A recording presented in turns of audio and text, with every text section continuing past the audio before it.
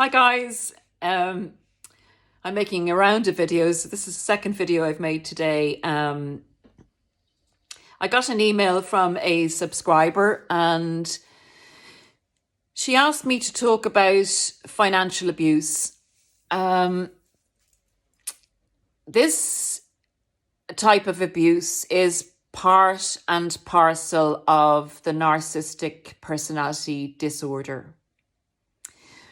Remember, there's a lot of different manipulations, tactics, and tools that a narcissist will use to bring you down, to take control and over you, to have power over you, and to make their situation in life better.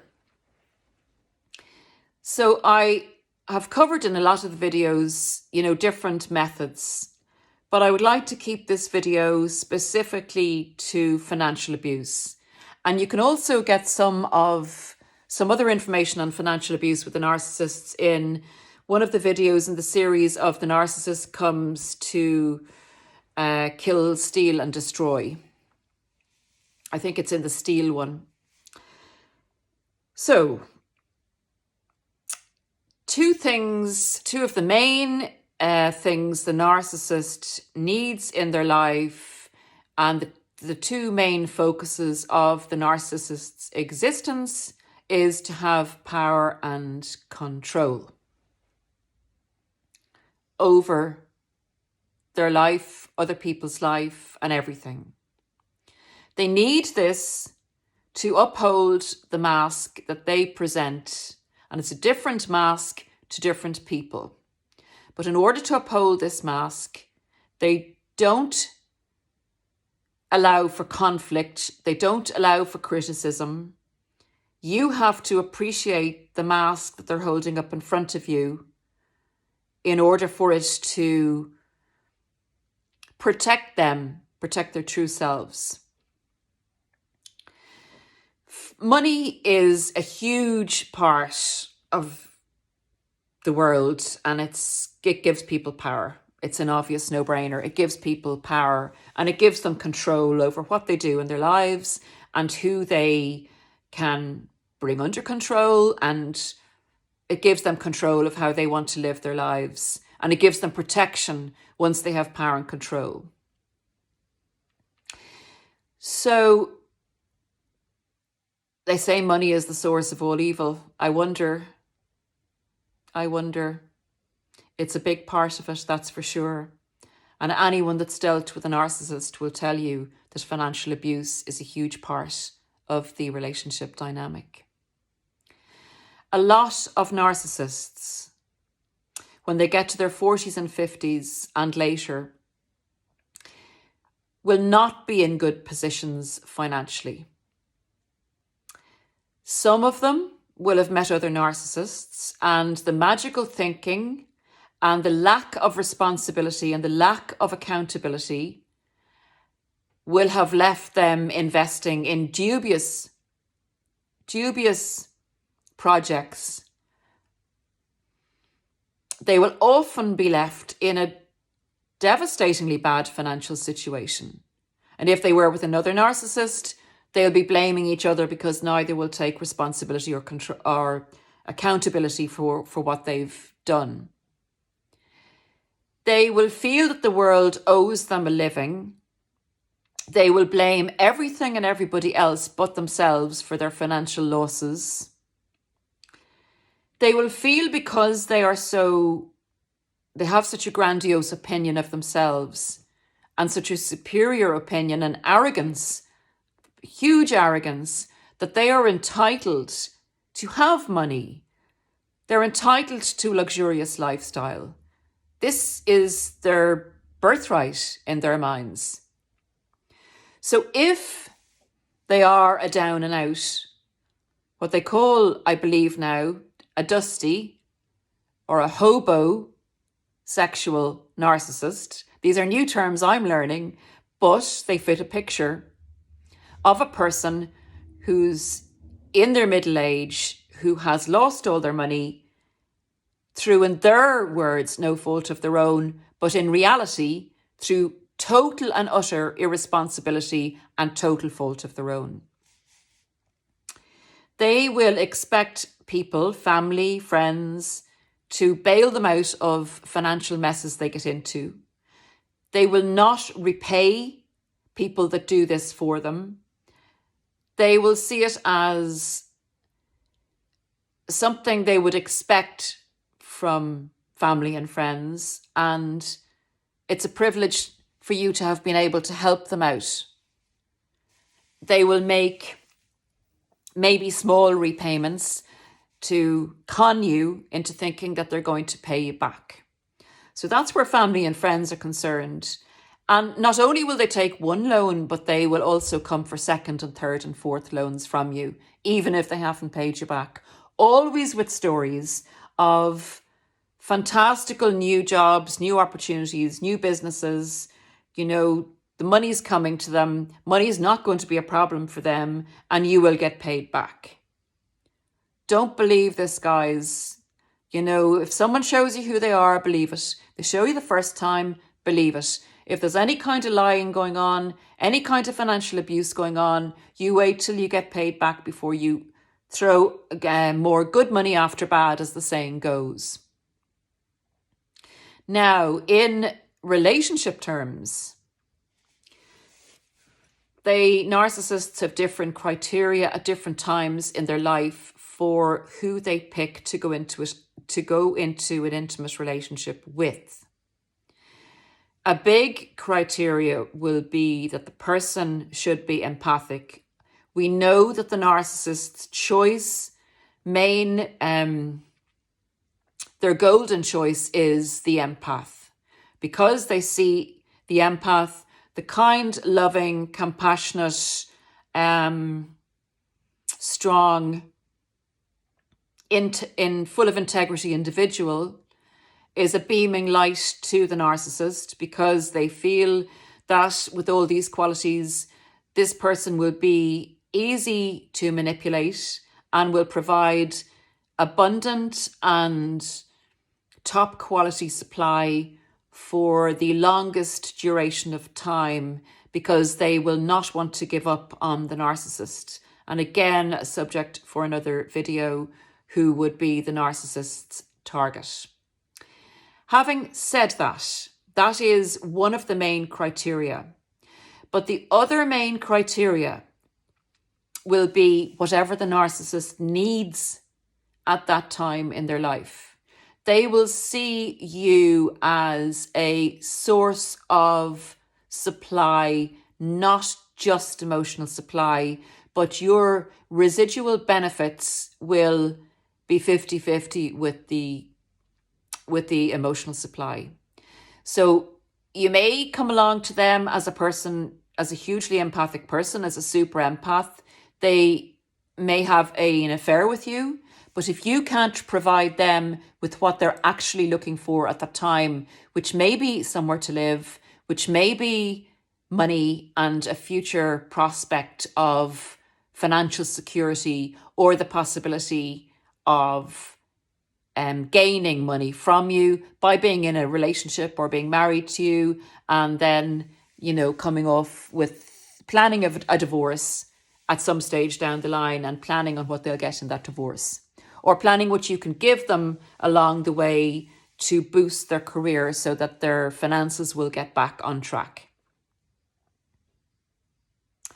What does financial abuse look like? Financial abuse is hard to detect sometimes.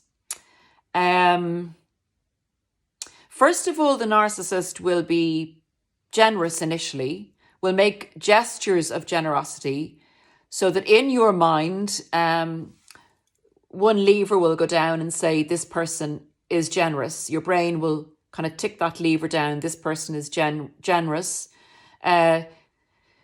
The next thing they'll do maybe is, if you do give them a small loan, like their paycheck hasn't come through and they need $100 or €100 for a day, they will immediately pay you back that $100, or they will give you a little loan of money if you need a loan initially, so that you will the financial trust will be there.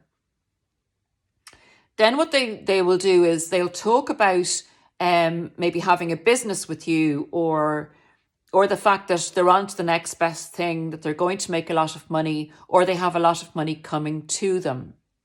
So all the levers in your brain will be telling you that this person, that there's no need to worry about this person financially, that this person has integrity financially, is generous, and doesn't have to worry about money, so they're definitely not after your money. But empathic people we don't actually think about money. Empathic people are naturally generous and givers. So empathic people wouldn't be on alert like, say, a normal person would, or a narcissistic person would, where they think, is this guy after my money, or this girl after my money? That doesn't occur to empathic people, which is another reason that the narcissist wants that empathic combination with the financial resource that you present to them. During the relationship then, once they've established that level of trust, they will hide money. This is a big, big, big thing with narcissists. They want to be seen with you to be contributing, but you won't know what they're actually earning, because they will be hiving off money into separate accounts, because they are planning for when they leave you. If they don't at that stage think that they're going to leave you, if they haven't calculated that they're going to leave you, and they're actually still in the phase where they think that they might, you're the one and this is a great situation. That doesn't last long, mind you. But if they're thinking that, they'll still want to be gaining from you. They love secrets. They love doing things in the background. So they'll either be cheating on you, or they'll be hiving off money for the rainy day that they kind of know is going to come, subconsciously, if not consciously, if they haven't actually planned what they're doing consciously with you. You don't get to see their bank accounts. If they do show you their bank accounts, it's before they've started the financial abuse, or they'll show you a bank account of 2 pages where you miss the transaction that's gone on the 3rd page, where they've made a lodgement into a different account, or they'll make it off, not on their statement. They'll make a cash withdrawal, or they'll get paid into a separate account, part of their wages into a separate account.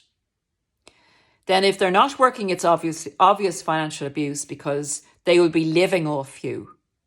And then if they do happen to get money, if they're left money, or if they get a rebate tax payment, you won't know about that. They'll continue to live off you, and they'll put that in a separate account again.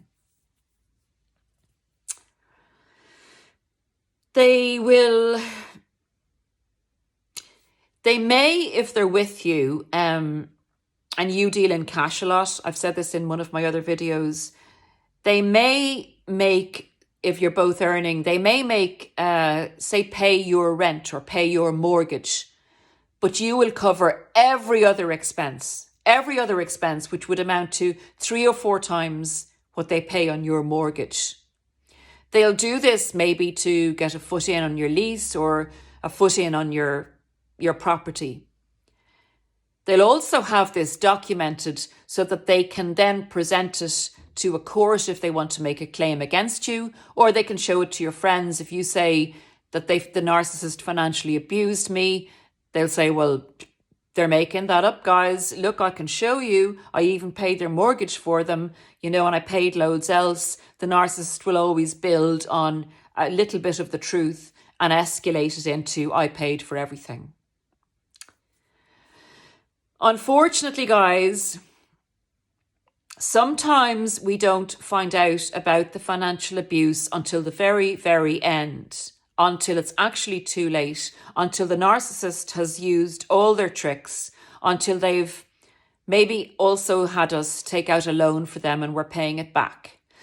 So we can be left divorced, or they make a claim on our property, or they clean out our bank account, or we're left paying their loans for them, or they destroy our credit, because when they go, we're left paying loans and we can't afford loans that we took out in good faith when they were still with us, and they'd still be there with us, and we'd still be in a double financial situation. And then when they go, we find that the loans we've taken out on top of everything else we would normally have paid, we can't afford to pay. They will leave you in bad credit. Now, guys, financial abuse is disgusting. Well, it's actually stealing. It is stealing from a person.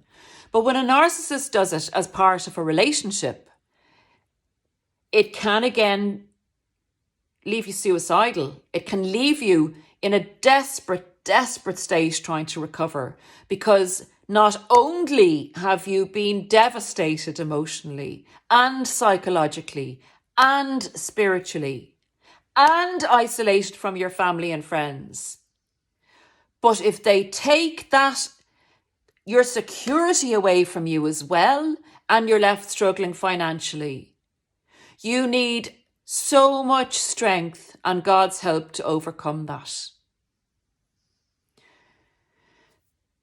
What can I say to you?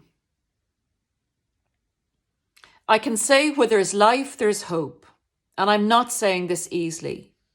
I personally have experienced not devastating financial abuse, but financial abuse, just knowing someone's financially abusing you, is devastating. And yes, I have had to financially recover, but I didn't lose everything the way some people have done, and only for the grace of God, and only for help from friends and family. So I can put myself in the situation, and I tell you, in that situation, I would say to you, where there's life, there's hope. You can rebuild your life. You have to let go of the anger and resentment against these monsters. You have to understand that they will never have a minute's luck in their life. This is a bit of an Irish saying. They will never have a minute's luck in their life for what they have done to you. They will also lose whatever they took from you. Also fight with everything you have, if you have a chance of regaining any of what they've stolen from you through the law, through the courts and the law. If you can't regain what they took from you financially, you sit right down there and you decide that you now have a clean slate. You have a new life going forward. You have the strength in you because you are sitting there and you have survived. And you will regain yourself and start in a new place and value. The narcissist is all about materialism. That is what they're made of.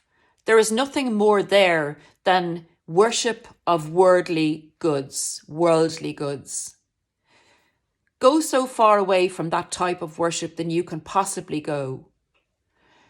Look at the beauty in a minute, in a day, in your life. Look at small things. Value friends.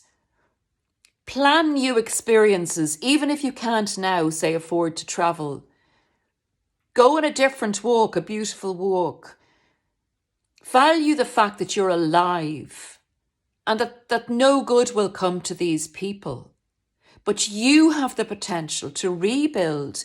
You have the potential to be stronger, to be more you. And you have the potential, now that you know, don't let what you know eat you up. Don't let what you know that exists in the world, the evil that exists in the world, don't become it. Don't be bitter because of it. Don't be what they want you to be. Become more into yourself. Shine your light stronger than ever. I promise you, if you learn to let this go, just let this go, and build again, slowly, gently. Be kind to yourself. Be loving to yourself.